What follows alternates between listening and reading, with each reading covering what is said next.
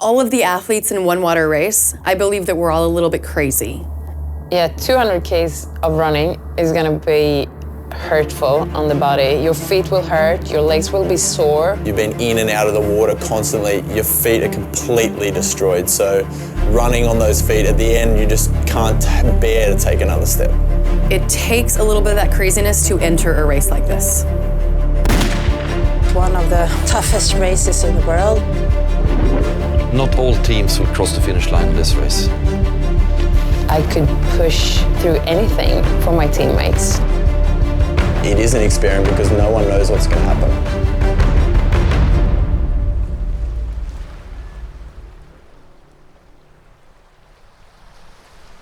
We have about 200 Ks of running, and we have different kind of terrains, and that's also part of the strategy planning the race, because I want to have all kinds of terrain, which means that we will have the most difficult terrain where it's almost impossible to run. And that's the difference between the different kind of running parts is also part of the strategy and setting up the race. Yeah. This race is upwards of 200 kilometers of running. That's over 5 marathons in some of the hardest, toughest terrain in the world. You're not running on a New York Marathon flat road here. This is super tough running. Add on that wetsuit you're running in. You're not wearing nice functional clothing. You're running this in a wetsuit. Wetsuits are so fun. It's a lot more constricting running in the swim run wetsuits. It's also hotter because you got neoprene. It's the hardest wetsuit ever. We have to really think more about hydration. In this type of race, you could sweat maybe between 20 to 25 liters in total, and you have to get most of that back. And getting in 20 liters of fluid is a challenge for sure. But we should have grabbed more stuff at the... It's really important to read the map and the terrain in a proper way to find the right way to both enter and exit the water.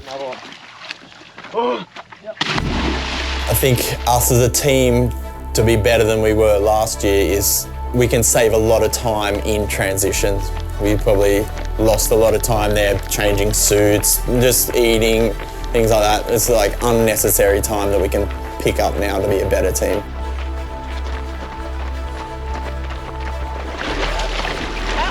You have 200 transitions.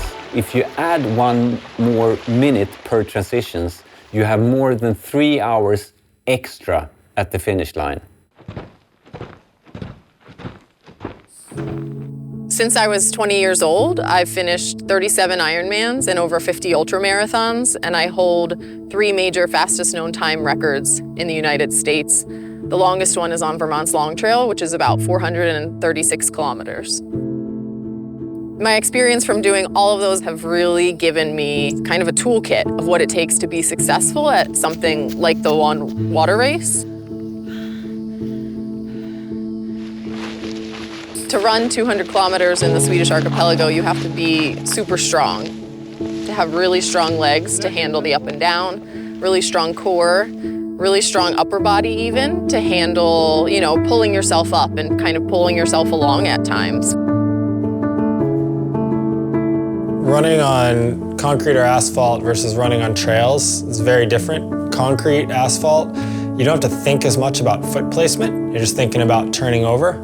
Once you get onto the trails or the woods, you're thinking very precisely where should my foot go. So you're looking down a lot more. You're trying to make sure that your foot is going in the right place versus not even having to think about that at all. Having problems with your feet after running in wet shoes can absolutely slow you down, and honestly, I've seen it end races. It can be really detrimental because your mind gets fixated on the pain that comes with just having the wet feet and the friction against your socks and shoes.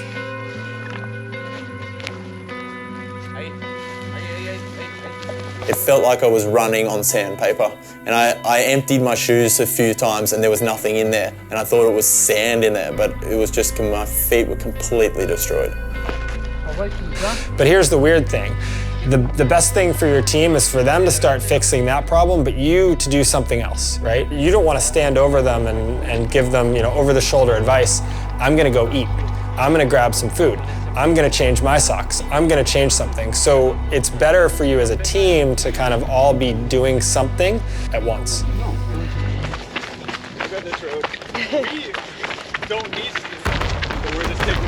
In one water race, it's regulated to have a cord between us in the swimming. But one really important factor that a lot of people don't think about is using that cord in the running section. When you have a teammate that's doing it tough and you want to pick up the pace, for example, just attaching that cord mentally does a lot, but also then physically you can help to draw your teammate along. The most difficult part when it comes to running at one water race will be some islands where the terrain is totally insane.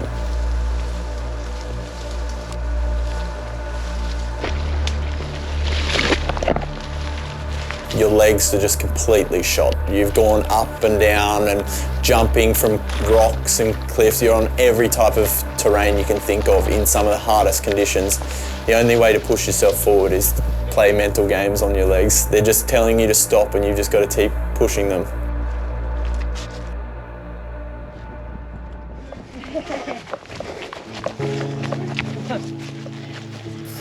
The athletes that are here to do one water race, we're not sprinters, we're not super strong with like muscles. We've got this beautiful combination of both mental strength and that physical endurance. There's a big difference between going out and running an open marathon and running, something like an adventure race, a one water race, where you've got this long period of running. You think not how fast can I go, but what is my comfortable hard pace? You have to plan and think. The race is going to be about running 5 marathons altogether. And that's a little daunting. It's definitely a little daunting.